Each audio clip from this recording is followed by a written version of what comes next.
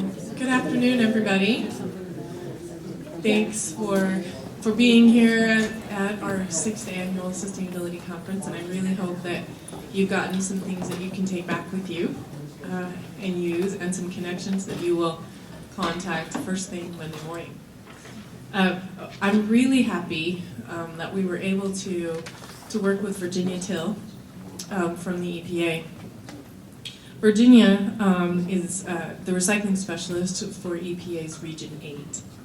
And Region 8 encompasses Utah, Wyoming, Colorado, Montana, and South Dakota, and 27 tribes. So we're really happy to have Virginia here because she's got a really broad base of knowledge, and particularly in the food waste area. Currently, Virginia works to reduce the impacts of food waste by coordinating regional efforts for the Food Recovery Challenge and Food Too Good to Waste programs. In her free time, Virginia enjoys photography and the fascinating world of fungi as an amateur mycologist. So, if you ever wanted to know about how to grow fungi, I guess this is the person. So, please join me in welcoming Virginia. Thank you.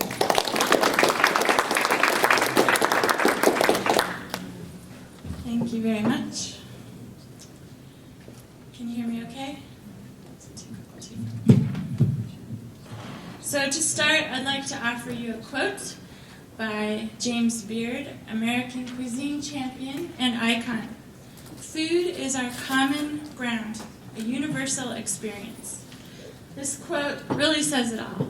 Food is something fundamental to our connection to each other, yet we often waste this precious commodity and the resources used to produce it.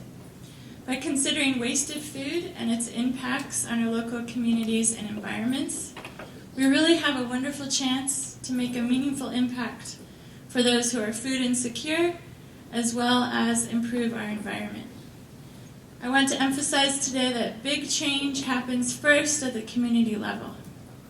As an employee of EPA's Partnerships and Environmental Stewardship Unit, my aim is to encourage you to investigate how the tools I'll talk about today can inspire your community and others to find opportunities and benefits to reducing wasted food in the first place, donating food to hungry people, agriculture, also industrial uses, and looking into composting and anaerobic digestion. For the sake of time, I may skip a couple of slides because I want to ensure that we have time for a few questions, but please make sure that you check out the slides and complete notes after the conference as there's more information, and if you have any questions, feel free to contact me. I forgot to start my timer.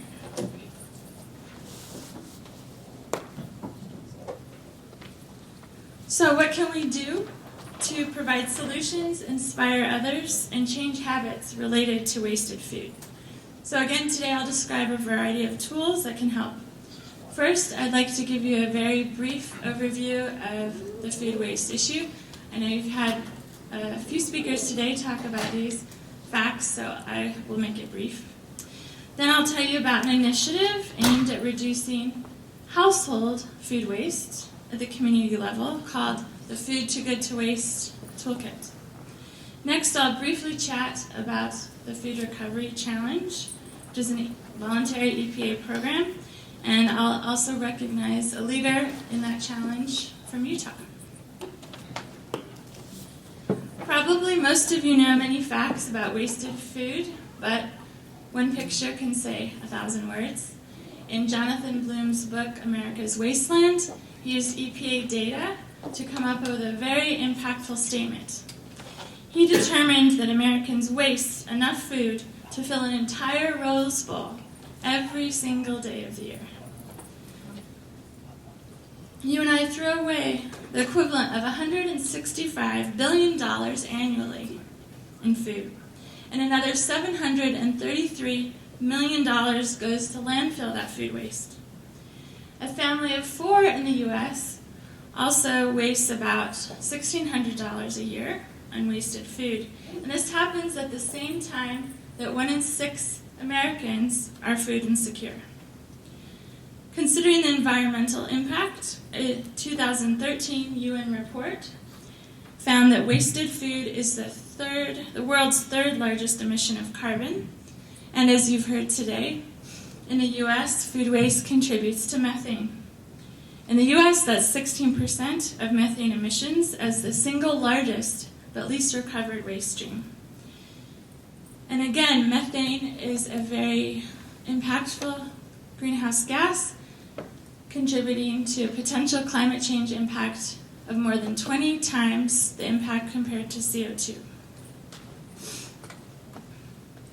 21% of our municipal solid waste is food waste, and again, we only cover a very small percentage of that. We cover only 2%. So here's the picture about wasted food, and it is a big challenge, but it's also a huge opportunity. Also mentioned in the earlier presentation, in our region we have a particular challenge because of our low tip fees, or the fees charged at the landfill for dumping trash. It's generally lower on average than the national average. But there are still opportunities for economic incentives, community partnerships, and environmental benefits for reducing wasted food. This is another version of the food recovery hierarchy that you saw earlier. So many of you may already be familiar with this graphic. The foundation for this approach emphasizes source reduction first, so reducing waste in the first place. And again, these are most preferred activities to least preferred as far as keeping wasted food out of the landfills.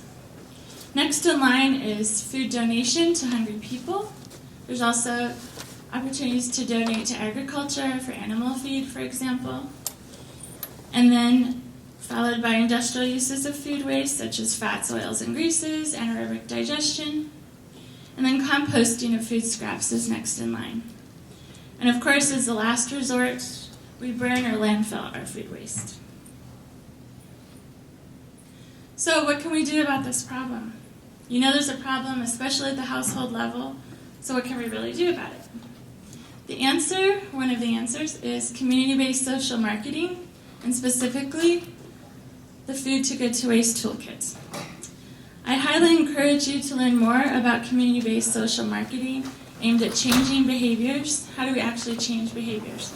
By identifying barriers to changing those behaviors, identifying benefits and incentives. And I'm so excited that Dr. Wesley Schultz will be presenting about this topic during tomorrow's workshops. So if you have a chance, I highly recommend you check that out.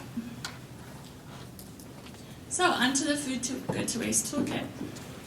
The Food Too Good to Waste Toolkit was developed in cooperation with EPA Region 10, located in Seattle, in cooperation with the West Coast Climate Forum.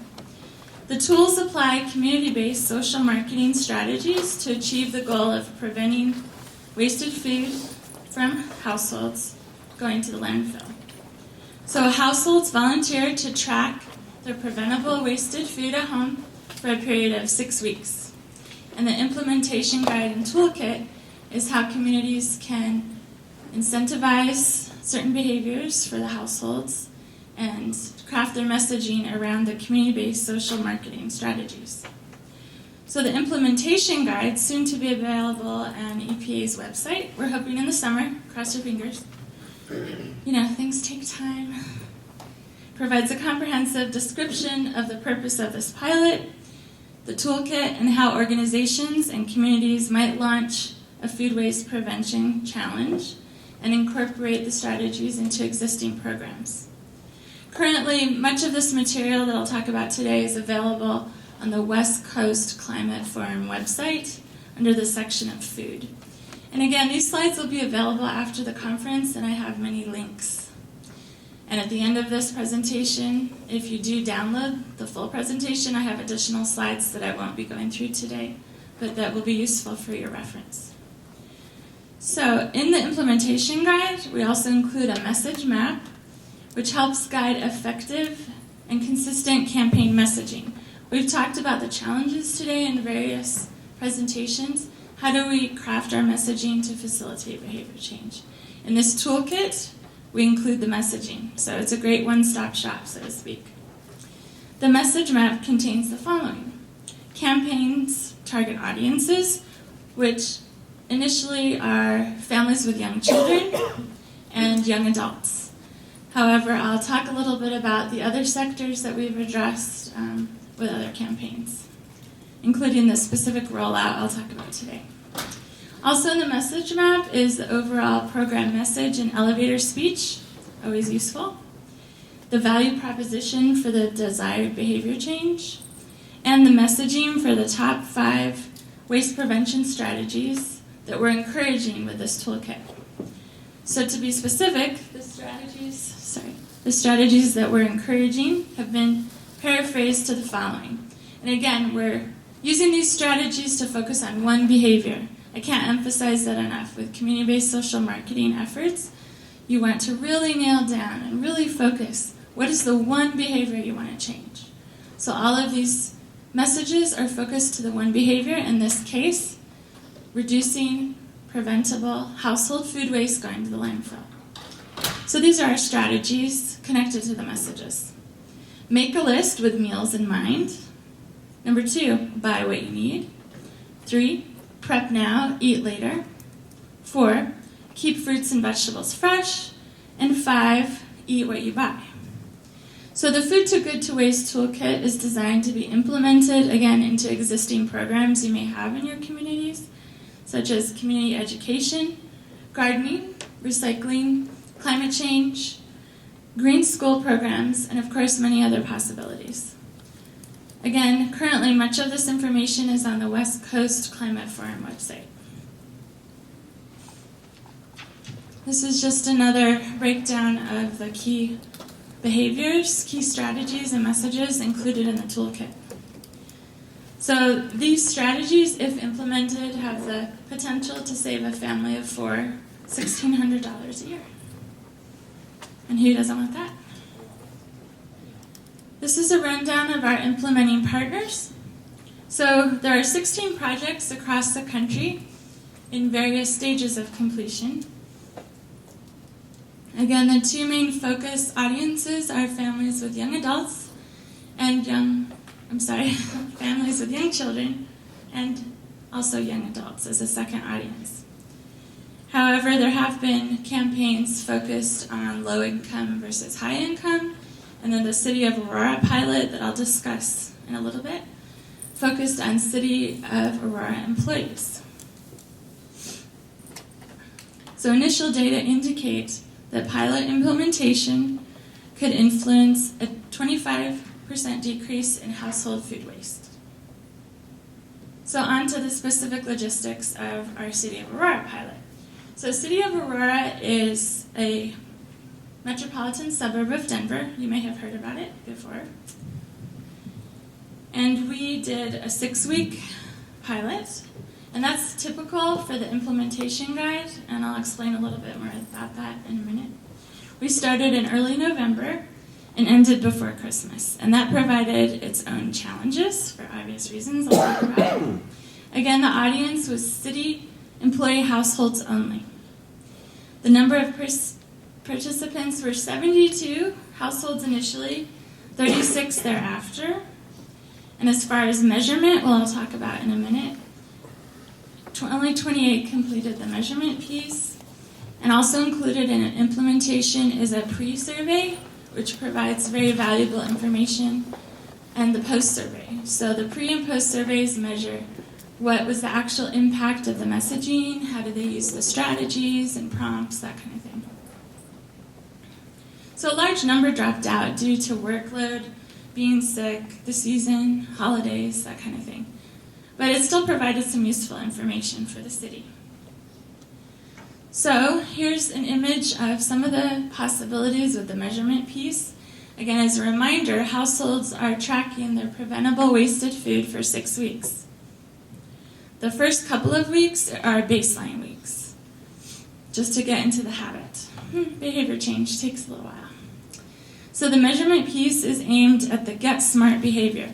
Again, all of the messages and all of the prompts are related to specific strategies, related to the community-based social marketing approach.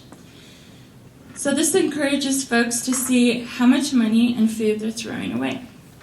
Some communities have offered food scales to participants versus the bag, the first picture, while others have depended on a volume-based measurement system.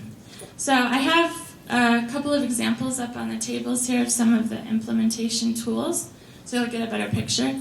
But the bag there on the top, it has a sticker with a measurement. So 1/8 full, 1/4 full, 1/2 full.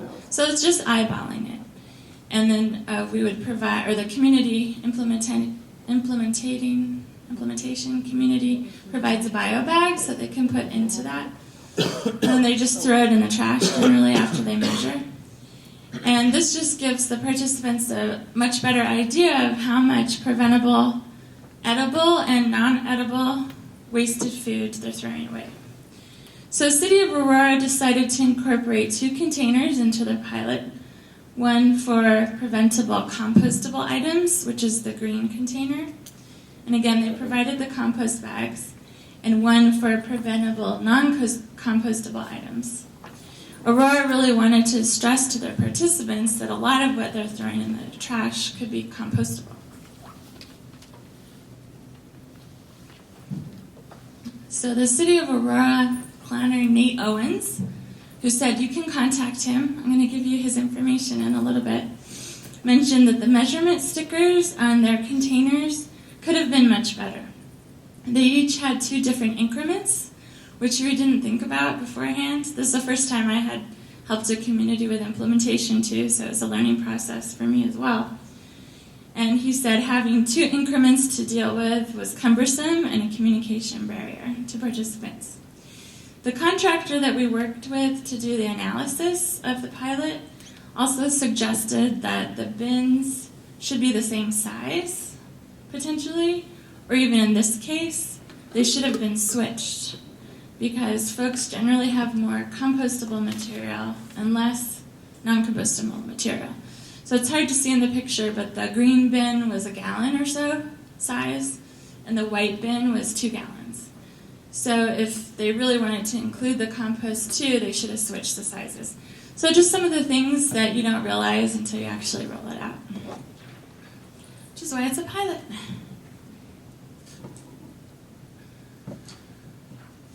So City of Aurora's use of the 2 containers added an element of complexity to the pilot, but valuable information was gained in the process.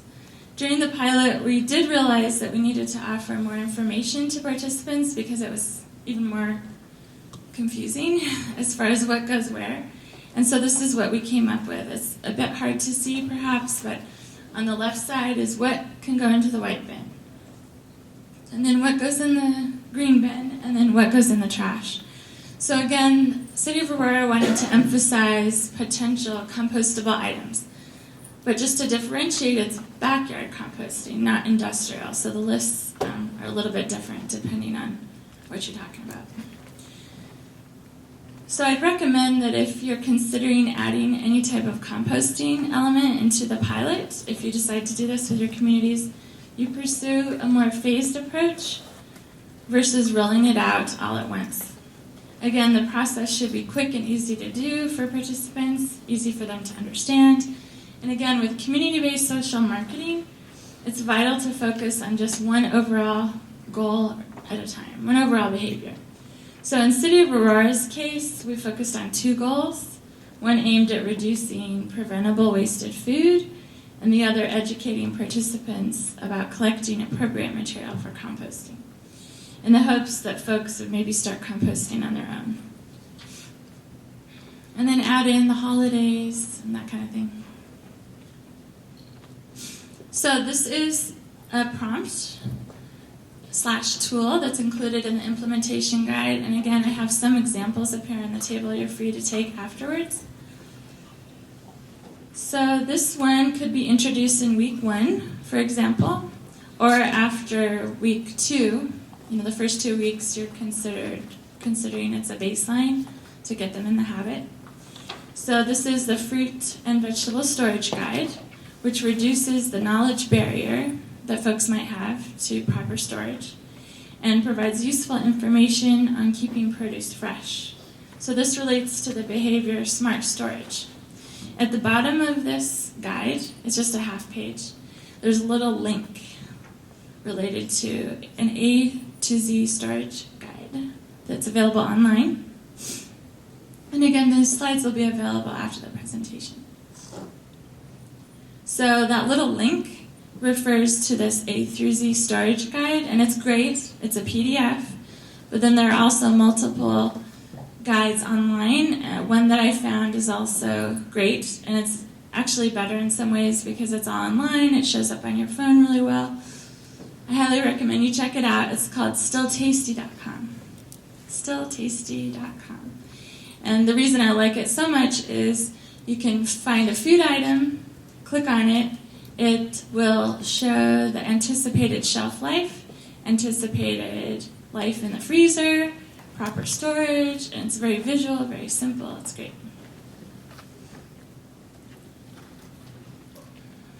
So this is another tool. This is the Smart Shopping and Smart Prep Behavior template. It provides an easy-to-use tool for making a list with meals in mind. So the tool focuses on the cost-saving strategy of using up food that you already have. And again, I have samples up here. So the 3 columns are the food item that you want, the amount you need, and then the last one is something that I sometimes fail to do at home, is what do you already have? I don't know if you've ever had the experience of going to the store and buying the same thing that you have at home. This could help reduce that barrier. This is another tool aimed at smart prep. So again, these are the 5 behaviors we're emphasizing. The Smart Prep tips sheet addresses the behavior prep now, eat later. And all of these could be customized with your communities. There's also a place that you could put your community logo on, for example. This is my favorite tool, and I have some up here. You may have seen it on my table earlier. Eat Me First. This is a prompt targeted towards smart saving or the eat what you buy behavior. This prompt, in the form of a sticker or sign, can be placed on a box in the fridge or a particular shelf in the fridge or your crisper drawer, for example. So it's a reminder to first eat those items that'll spoil more quickly. And I find it really useful for me personally just to see that in the fridge.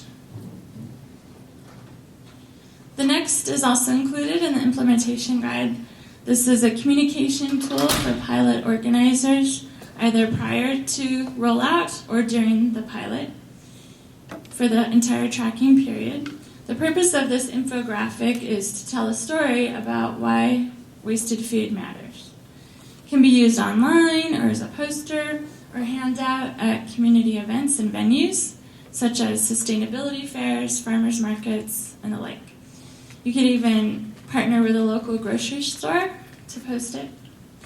Also included in the implementation guide is a workshop presentation template, PowerPoint, that you can use when presenting to communities. Another aspect of the Food Too Good to Waste effort is that of incentives. Again, with community-based social marketing, you're focused on targeting behaviors, identifying barriers to changing those behaviors, and then identifying potential benefits/incentives to changing that behavior. And so prizes is one strategy that many communities have used. City of Aurora did it too. So they offered prizes every week to households achieving waste reduction during the 6 weeks. The winner for that week, so to speak. City of Aurora offered various prizes related to cooking, and as you can see, folks really enjoyed them. They look pretty happy. Even little things, they just used knives, they offered knives and salt and pepper shakers. So, on to lessons learned. For pilot introduction and structure, again, Nate in Aurora said that timing is vital. So consider the time of year, what's going on with folks, season. Must be easy to do, which any of you have worked with the communities, you know that, but it's a good reminder. Has to be easy to understand as well. Also, a phased approach is best, and this regards communication and handing materials to folks. Nate said it might have been better to have more lead-in activities prior to handing people the kit. Again, offering prizes and incentives. And he had wished we had had more time to do advanced planning before rolling out the pilot. As far as tracking, multiple methods and short should be the key. So as far as messaging to participants, they're considering a blog for a future rollout or intranet site for employees. And also, again, in-person elements going beyond the kit. So not just handing people the information. Like we talked about earlier today, just giving people information, it's not going to facilitate behavior change. So giving them the information and the toolkit, but prior to that, kind of leading them this way, getting them interested in the topic. And he also suggested more instructional graphics versus just, here, take the challenge, this is what you do. Visuals. We talked about that today earlier, some of the speakers. We're visual creatures. Also, Nate did say that adding composting element may have turned some people off due to the complexity. So this is a graph provided by the contractor that we worked with. So the contractor folded City of Aurora results into some of the other community results and noted that per capita averages using the volume measurement isn't a great indicator as far as research purposes. But she's convinced that it's still good for feedback and awareness. Again, the purpose with this is to have a pilot, use your messages, apply them, see what works, and then tweak it and roll it out to a larger scale. So there's still valuable information to be learned. She said that scales, actual food scales for participants might be a better measurement tool, but it depends on what you want to communicate, what your purposes are. There's just so many factors. So just thinking about those things. So again, here's the overall lessons learned from Aurora. Nate said that generally there were many positive feelings about the pilot, and some households did reduce their wasted food and some actually increased. Again, this could be due to the holidays. He also said that many participants reported, even folks not participating in the pilot, as far as the city folks, they were very interested and they learned more about wasted food. And they were actually disappointed they couldn't participate for whatever reason. And they definitely want to do a second phase, as I mentioned earlier. They have some leftover materials. And again, I can't emphasize enough, choose one goal, choose specific behaviors, keep it simple, so to speak. So here is the City of Aurora contact if you want to contact Nate and ask him questions. I did ask him, can they contact you? So you better be prepared for all the calls he'll get. And again, for Food Too Good to Waste information, it's currently on the West Coast Climate Forum website. And again, keep your fingers crossed. We're hoping it'll be on the EPA website soon.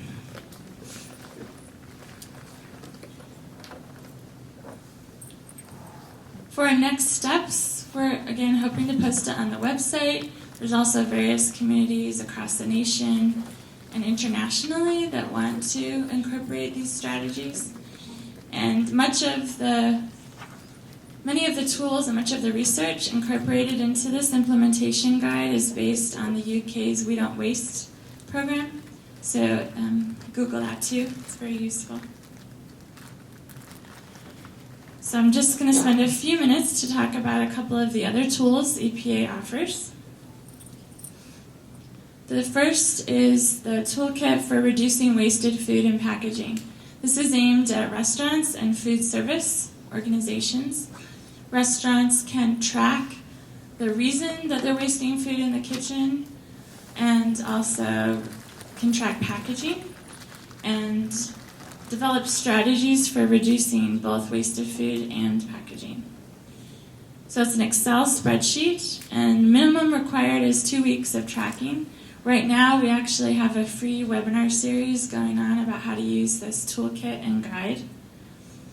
So based on the patterns that the businesses determine, they can make strategic changes to their operations. And again, it also comes with an accompanying guide that provides more information about turning the audit results into action to save money and reduce waste.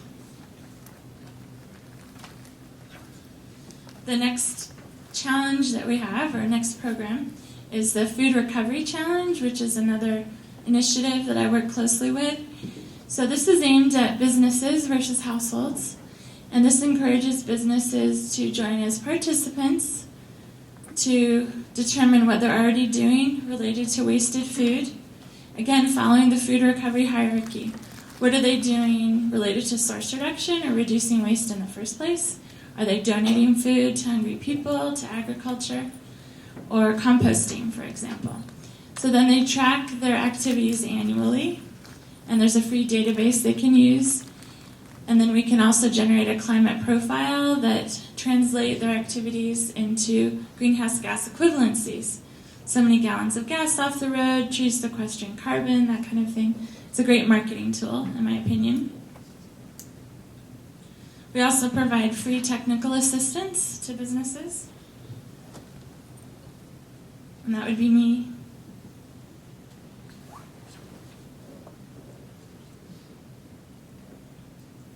So again, these are the steps that a participant would go through if they want to join the challenge. They just track their data annually, and actually for this year, the reporting season's ending March 31st for last year. And if there's an organization, for example, a city or a recycling facility or a community sustainability group that doesn't actually deal with wasted food themselves, they can join as an endorser. And these folks are some of my favorite folks because they get the word out about the challenge. They try to provide support to potential participants, try to get people to join.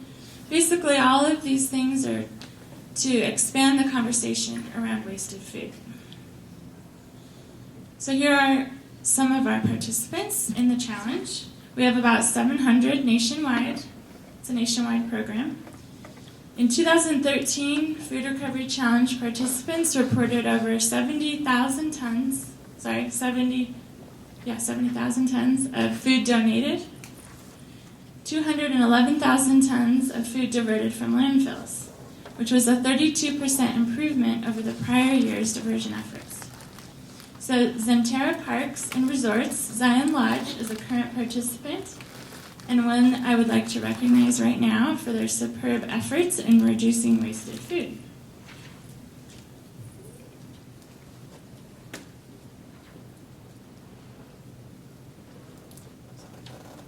Wow, I didn't know I put in so many animations. How'd that happen? So I'd like to congratulate Zenterra Parks and Resorts, Zion Lodge, located inside Zion National Park. Today we're recognizing Zenterra for their efforts to reduce wasted food and other organics going to the landfill as part of EPA's Food Recovery Challenge. So I'd like to invite Emily Barajas to join me and also recognize Daisy Hobbs, General Manager, who could not join us today.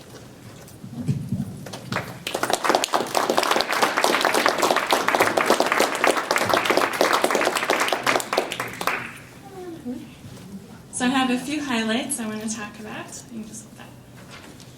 So Zenterra Parks and Resorts, Zion Lodge, joined the challenge in 2013 and under Emily's leadership achieved an increase in composting collected from 3.7 tons in 2012 to 7.4 tons in 2013, an increase of 99%. That's a very significant achievement. So in other words, the equivalent of removing CO2 emissions from the atmosphere from burning 340 gallons of gas consumed, or the carbon sequestered by 80 tree seedlings grown for 10 years. That's my favorite one. So here's a few additional highlights, and then I'll invite Emily to talk a little bit more about what she and her team have been doing. So in 2013, some of the activities included the kitchen reusing items not consumed in the salad bar and making them into delicious soups for lodge employees. The kitchen staff also monitors fruits, vegetables, and meats in the refrigerators to ensure they are being properly rotated. This also reduces wasted food. The kitchen is also tightened down on the quantity of food they make at certain times of the day, reducing wasted prep food. They maintain an on-site composting facility. 2 1,000-gallon earth tubs are continuously filled and processed. They utilize pre-consumer food waste, lawn trimmings, and horse manure from a partner in Zion County. And the composted material is donated to the local community garden. Material that exceeds the capacity of the composter is then donated to a local farmer for animal feed. So in short, Emily, Daisy, and their team at Zion Lodge are following all the stages of the food recovery hierarchy to ensure that food is not wasted, organics are not going to the local landfill, and valuable nutrients are being returned to the soil.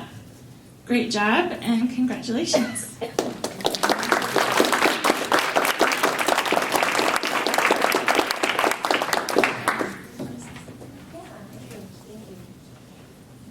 Well, I just wanted to say thank you to Virginia and the EPA food waste. She's kind of wrapped everything up in a really pretty way, and it's going to kind of make me sound like a goofball as I go over it again. But for those of you that are interested, we work really hard at the lodge to divert all of our food waste, and we do that through a variety of ways. Obviously, composting it and donating it to local farmers is very easy. It's that source reduction and getting all of the people in the kitchen excited about diverting waste from a source reduction perspective that takes a little bit more work, but really has those additional environmental benefits to it. Virginia had mentioned that we have, we donate to a local farmer, and I actually met someone today who got one of the turkeys from the farmer who was working with the 4-H club, and she ate the turkeys that were grown on our food waste. It was amazing. It was such a good connection. But it really helps to see that the way that those things connect and that those stories keep going, and that's something that I get to take back to my staff and get them even more excited this year as we continue this year. We're going to be doing a lot of things a little bit more aggressively this year, and really one of the things that Virginia has talked about and has really helped with a lot of these environmental programs is monitoring those metrics and providing that feedback. So that's one of the big things that my staff has kind of kept hidden previously. We have a P&L line statement that managers are supposed to report how much waste they have, but we've never given them feedback on the dollar amount that's going down the drain. So this year, we're going to be really talking about that waste line in the P&L statement, and then giving feedback to the staff. Ooh. So the EPA tool that Virginia talked about, I think 2 or 3 slides ago, where she said that they have tools. It creates these really, really pretty charts. And so when I get that information from my managers, I'm going to put it into that tool and print off those charts and let the kitchen staff actually see how much we're saving every year, or every day and week and month. And I'm really excited about that. I think that as our staff sees what impact they're having, that we're going to have even a bigger impact this year. So don't bore you anymore with the details, but I definitely appreciate it, and I appreciate groups like the EPA Food Recovery Challenge, because it adds a lot of credibility and a lot of good resources to this movement. So.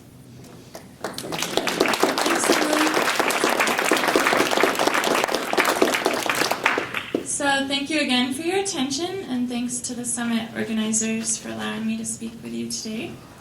I invite all of your organizations to join as endorsers or participants in any one or more of EPA's sustainable food management efforts. And I want to emphasize that your work is vital, your work is inspirational and meaningful to your communities. And we can make a difference on so many levels, and reducing wasted food is a great way to do it. Thank you.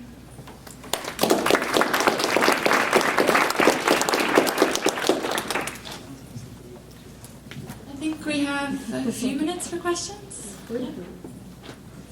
I think one of those is working if you want to give it to someone. Any questions? I know it's late in the day. I can see. Any questions? Thoughts? Comments? Yay! There were some results from those different communities. Aurora was one of them, and there was one community where they actually ended up having more food waste in the end than Uh-huh. the beginning. Do you know what the That might have story? been, I was just curious. that might have been Aurora, actually. No, it was like something park. I don't know the particular Oh, story on that one. The Oak Park. Oak Park. Oh, that's in Chicago. Just looking at the percent difference, It's not huge. it's Maybe not huge, just- and the graph isn't great. I would have to look into that. If you want more information, I can let you know. I was just Actually, curious. that's a good point. The research about the evaluation of all these pilots is currently being compiled. So once that report is out, I believe we're going to post it on the EPA website at some point. But just keep in touch with me, and I'll let you know. If you let me know that you want to know when it's out, you're on my list. Any more questions related to household food waste or businesses?